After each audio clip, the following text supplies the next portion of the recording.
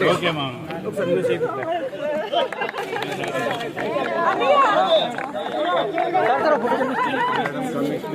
Thank you so much. I'm so proud of you.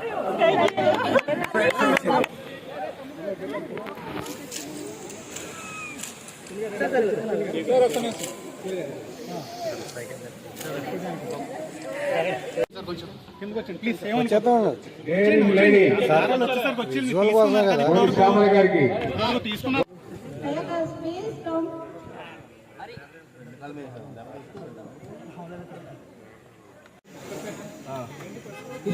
రెండు పెట్టుకోండి madam మీరు రెండు పెట్టుకోండి రెండు పెట్టుకోండి ఇలా చూడండి ఇలా చూడండి ఇలా చూడండి మొబైల్ కిందకి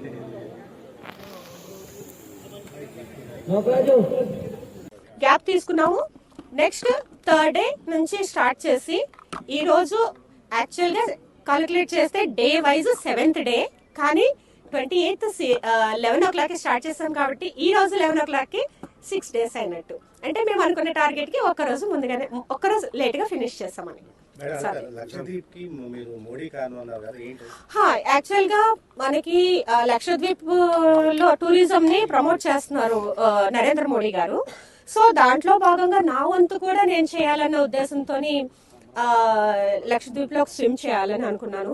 సేమ్ నాకు కూడా అక్కడ నేను చేయాలి అనుకున్నప్పుడు పెద్దగా ఎంకరేజ్మెంట్ దొరకలేదు. జస్ట్ 10 kilometers ఈవెంట్ చేయమని సజెస్ట్ చేశారు. 10 kilometers అంటే నేను పూల్లోనే ప్రతిరోజు 10 kilometers చేస్తాను. దానికి అంత దూరం లక్షద్వీప్ వెళ్ళి చేయటం అవసరం లేదు.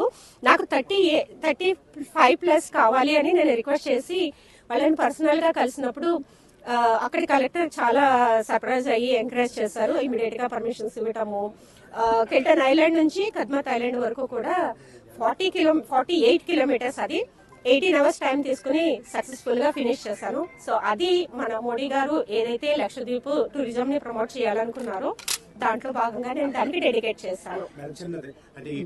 అంటే సముద్రంలో మేము స్టార్ట్ చేసినప్పుడు పెద్ద అంటే మా ఫోకస్ అంతా కూడా 5 days లో ఫినిష్ చేయాలని ఉంది.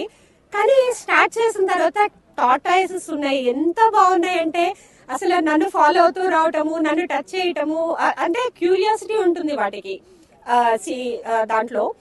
కొన్ని చోట్ల మాత్రము ఒక 3-4 అవర్స్ తర్వాత జెలీ ఫిషెస్ కుట్టడము, దాంతో కొంచెం టైం తీసుకుని కొద్దిగా మళ్ళీ స్విమ్ స్టార్ట్ చేశాను.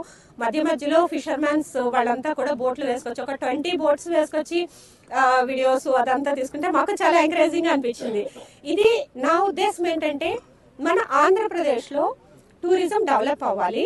First thing, water sports develop అవ్వాలి, స్విమ్మింగ్ మీద అవేర్నెస్ కావాలి. ఎందుకంటే మనము ఏ అంటే యోగా చూసుకున్నా లేకపోతే జిమ్ కి వెళ్ళినా ఏది చేసినా కూడా పర్టికులర్ బాడీ పార్ట్ కి మాత్రమే మనము వర్కౌట్ చేయగలము. కానీ ఒక్క స్విమ్మింగ్ లో మాత్రము హెల్త్ అనేది ఏమున్నా కూడా అన్ని సెట్ అవుతాయి, ఇంక్లూడింగ్ బోన్ ఫ్రాక్చర్స్ తో సహా. సో దాని గురించి ఈ తల వెంట్రుక నుంచి కాలి గోరి వరకు కూడా మనకి కంప్లీట్ ఎక్సర్సైజ్ ఉండేది ఒక్క స్విమ్మింగ్ లోనే.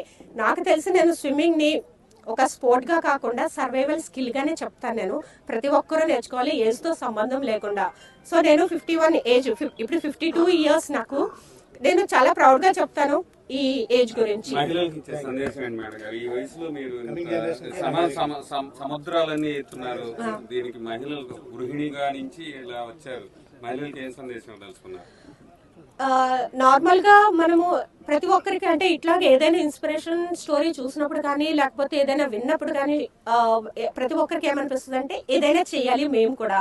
సో బయటకు వెళ్ళాలి, ఏదైనా ఇట్లాగా సాధించాలి అని అనిపిస్తుంది. కానీ పర్టికులర్ గా మహిళలకి ఏదైనా ఇలా చేయాలి అనుకున్నప్పుడు ఒక రోజు 2 రోజులు బాగుంటుంది, 3rd డే నుంచి ఆటంకాలు స్టార్ట్ అవుతాయి. ఏదో చుట్టాలు రావటము, లేకపోతే పిల్లలకి ఏదో చేయటము, దీంతో డైవర్షన్స్ అనేది చాలా ఎక్కువ ఉంటుంది.